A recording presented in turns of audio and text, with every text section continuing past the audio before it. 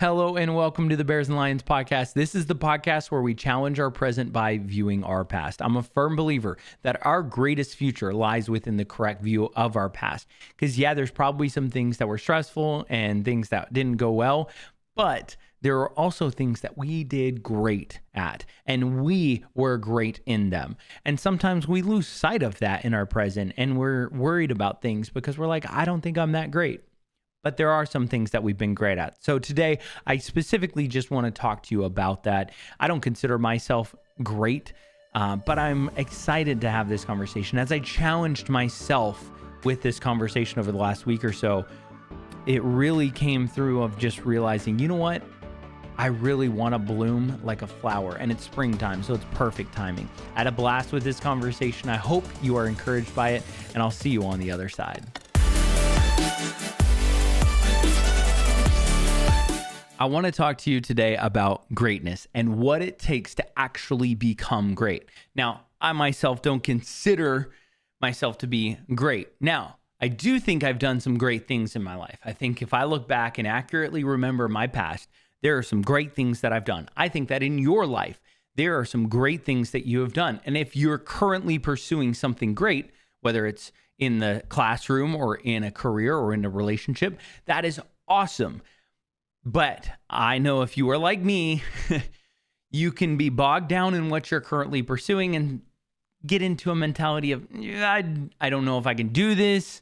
I don't know if I deserve this. I don't know if I can accomplish this. I don't know if I have the willpower. And so it's my job in this podcast to challenge the way that I think and share the way that I think and hopefully challenge the way that you think by viewing the past correctly, right? I always say it. It's to challenge our present by viewing our past so that we can firmly and confidently step into our future with a ferocity and joy. That is what this podcast is supposed to be. Because I'm constantly having these inner conversations with myself, I decided to share them with you. So today I want to talk to you about greatness and what it actually takes to become great. And I want to use the flower as an example because I think there are some really key things that you can learn from in the process of a flower becoming great, or we'll use the analogy of a flower blooming, right? So I think there's three things that really impact a flower becoming great or blooming, and that's environment, type of flower that it is, and also the willpower that the flower has. And each flower is very different. So we're going to break those down and we're going to utilize them. So first off, environment. It's beautiful outside right now. In a way, it was rainy earlier, but that's okay. But it's springtime, and I love springtime because spring is when all of the flowers bloom, right? They wake up after winter as the air gets a little bit warmer. Sometimes there's a little bit too much pollen, which I'm from the South, so there are no, every car is a yellow car in the South during the springtime. And it's because all of the flowers are blooming and pollen is everywhere and it's exciting. But one of the key indicators of spring is you start seeing patches of clover, which we're going to have a whole podcast on clover because I'm a nerd. I love clover because of the 4-leaf clover and the rarities and the mutation that takes place. But we'll have a conversation about that at a later time. For now, in the springtime, everything is beautiful and the environment is changing from winter, right? It was cold, it was damp, it was dreary. Not a ton of sunlight. Now the sun is coming up earlier. It's staying out later. So plants are able to get that environment to bloom. So when we look at the plant or a flower blooming, one of the few key indicators is it planted in an area where it gets enough sunlight? Is the environment good? So does it have nutrient dense soil where it can get the correct soil or the correct nutrients? Does it have the right type of soil where the roots can grow in the correct system or the correct way? Is it able to branch out or go deep depending on what type of flower or plant it is? Is it getting enough water? Is it getting too much water? I think of some of the areas I lived in the South in Louisiana where it was just constantly waterlogged. Some flowers didn't really grow because they'd be so waterlogged. In fact, I remember in one of my apartment complexes, they had this really cool garden area where they had roses and tulips. and it had rained for like 2 weeks, and it finally was sunny. And I remember the roses looked waterlogged. They were pretty colors because they had so much water and the nutrients in the soil was great, but they just looked like heavy. These beautiful rose bushes had these really heavy flowers on them where they were just waterlogged. So that all comes into play. And what I want to challenge you on looking at is, in your pursuit of greatness, your environment. Let's look at it. The people around you, right? It's kind of unique and cool, right? Because humans aren't much different from plants, right? The environment we're planted in will directly determine how fruitful we will become or how much we'll bloom. And if we're not blooming in the speed that we think we should be, right? We should move faster. We should get this. I think the first thing we need to do is just check on the basics, right? Are we getting enough water? Are we getting the right type of foods? Heck, are we getting enough sunlight? All of that will indicate and impact how we are blooming or how we are reaching our greatest potential. Now, the second portion is the type of flower that is impacted. What the bloom is going to look like is going to be based on the type of flower. So is it a type of flower that can bloom all year round?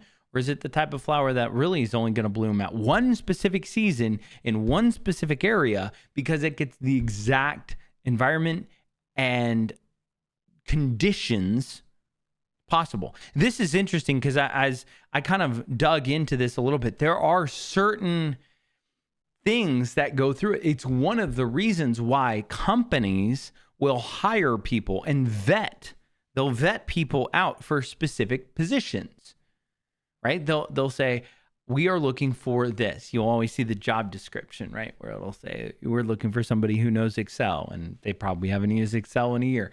Whatever it might be, they have all the different things, but they're looking for somebody with the specific conditions to be able to run that job and to be able to excel in that job.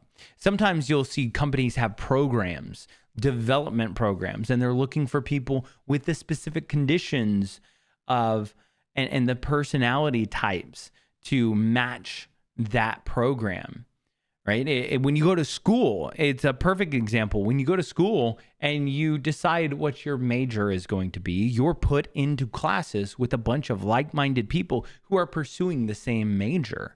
And so that type actually impacts how you're going to bloom, right? If you put somebody in nursing school and then take them out of nursing school and put them in a math class, they're probably not going to bloom or do as well as the other people because they're not in the right environment, and they're also a different personality type.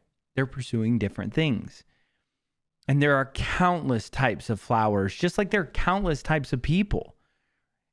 And I believe each one is completely beautiful and is in its own way. It also, the flowers will bloom in their own time as well.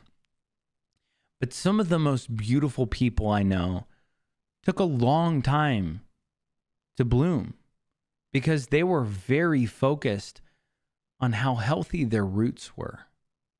Real quick, I just want to say thank you for listening to the podcast. A lot of you know I post the audio version on Spotify and iTunes. Some of you may not know that I post the video version of this podcast on YouTube. And in 2024, I'm really focused on building the community engagement as well as the brand of the Bears and Lions podcast. So if you would do me a favor and just really quick, go hit like and subscribe on that YouTube. Share this podcast with a friend. It'll just take you a few moments to share it with your social media, and it would mean the absolute world to me. Thank you so much for listening. Now let's get back to the conversation. And if you start looking at your pursuit of greatness, less about, I want to bloom and I want to look beautiful and I want to be awesome, and you start looking at what your roots are and what nutrients you're getting and what's your personality type, when should you even bloom? Because you may be a certain type of plant that is like, okay, I bloom 3 months out of the year and this is it. Like, I do great in summers. I I do great in winters. I love the cold, so I do great then. Find your rhythm and your patterns of I'm most productive when I'm this. I know people that lock themselves away for a month at a time in the winter because it's darker outside. They love the sunlight and they love the summer and they come alive in the summer. But in the winter, they kind of just lock themselves up and they get things done. I think I probably am more of like a spring and fall person, just because I grew up in the South where the summer it was too hot to do much outside. And in the winter, I didn't really like the weather. And it didn't feel good for it to be dark all the time. So I'd be most productive in the spring and fall. It's like the people who they want all of the effects of going to the gym, but they want it immediately without having to put in the years of work to get there. In the same way, with our pursuit of greatness, the personality type actually matters. And the last portion I mentioned is willpower. And I'm going to boil this down to work ethic as well for our sake. Certain flowers will have this incredible willpower they're seeking out sunlight. So they come through the cracks of the cement. Some will even break through solid cement. And the roots are so strong and the willpower is so strong that it just keeps going and going until it breaks free. And then you've got this singular flower that's just bloomed out of cement, out of solid ground that it should never be there, but it just does anyway. And I know of people that have done this over and over and over. We celebrate it, right?